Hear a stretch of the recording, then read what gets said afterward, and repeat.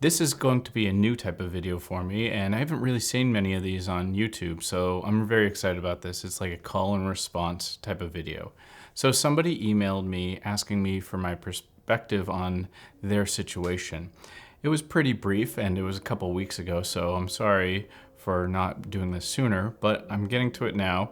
And, this is a great way to spark something that I may want to do. I'll talk about that more at the end. So let me read this to you so you can kind of get the full picture. Last fall, I met a woman. We spent 5 intense months together. What felt like real love, deep connection, future plans, shared vulnerability. But out of nowhere, she ghosted me. No real goodbye, no closure. Just silence after a week of emotional distance. She told me I was everything she wanted, then reframed it all as infatuation. That emotional whiplash wrecked me. And I'm not new to stress. I've had a rough few years. Job loss, the passing of my father, emotional distance in my marriage, depression, and panic attacks that landed me even in the ER. I work as a graphics communicator instructor and run a side business in printing and design.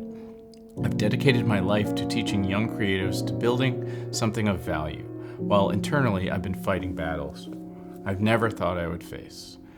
What hit the hardest wasn't she left, it was how it was activated every wound that I fully possessed.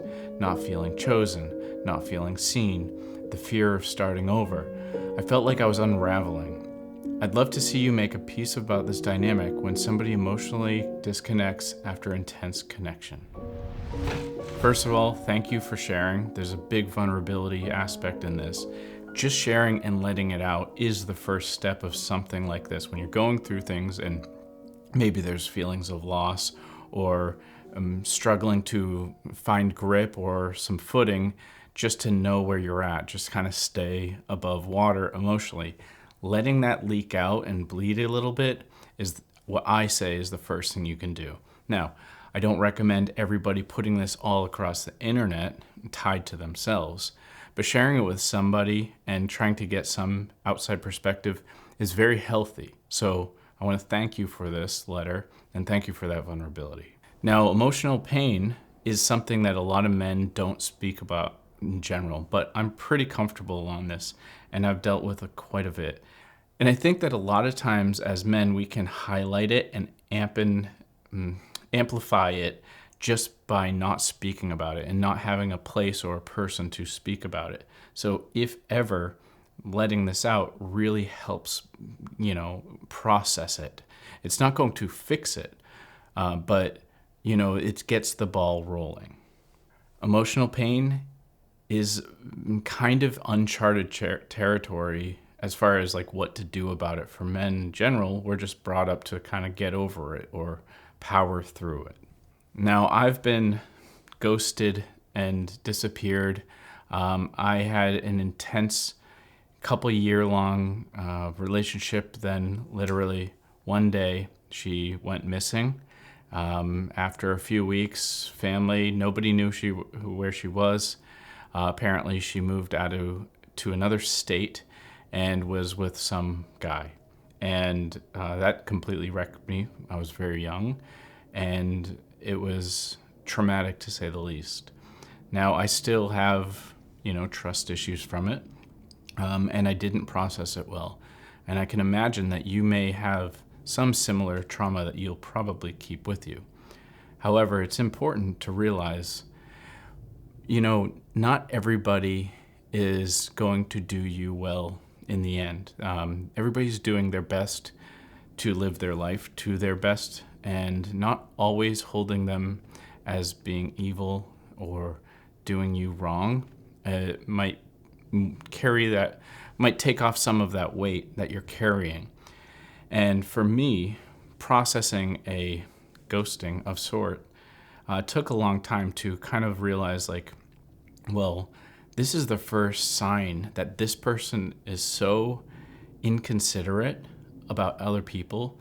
That's the first indicator of somebody I don't ever want to talk to or spend any time with or even think about ever again. A person that is willing to just ghost you is not a person that's worth considering. That's how I started to see it. Now, if I even think about that person, I just like feel so disgusted inside. What a horrible person. Now, do I really think they're horrible? I think they did horrible stuff. They somewhat horrible as far as the behavior. I think, but to me, I don't feel like I'm wrong. I don't feel pain anymore because a person who is hurting me that I dislike how they are, is a person that has no power over me anymore because I've realized I don't like them. I don't like that kind of person. So anybody who doesn't love me or like me or is willing to ghost me is somebody that I don't like. So that's the first thing that I started to process. Now, as far as losing your father and any marriage and depression, I'm familiar with those quite a bit. And I cannot imagine, though, however, losing my father. That is a tough one. However, I have dealt with death quite a bit. And I can't remember, there was a song, and it's like, I think it was Dismemberment Plan.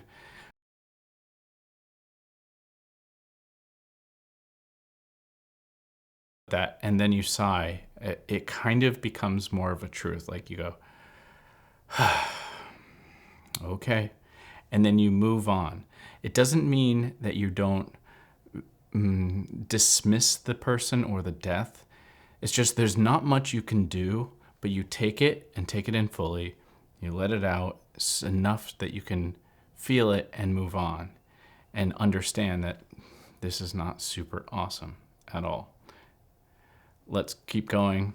I will consider them and love them and cherish their memories and everything. And then the next one will die. And again, okay, here we go. And that's not a way to deal with it. It's a way to heal with it for me. Just like a wound. It doesn't immediately get better. It just takes time. And what are you going to do? You don't try to force healing of a cut.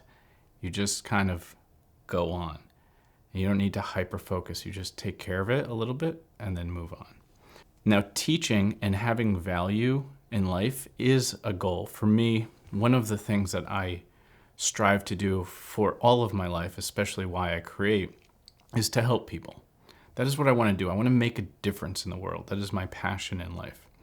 And for you, teaching, and especially creatives, dear to my heart, is something that I feel like you could lean more into to process, because that now you are in a place where you have quite a bit of emotion that you can tap into and express.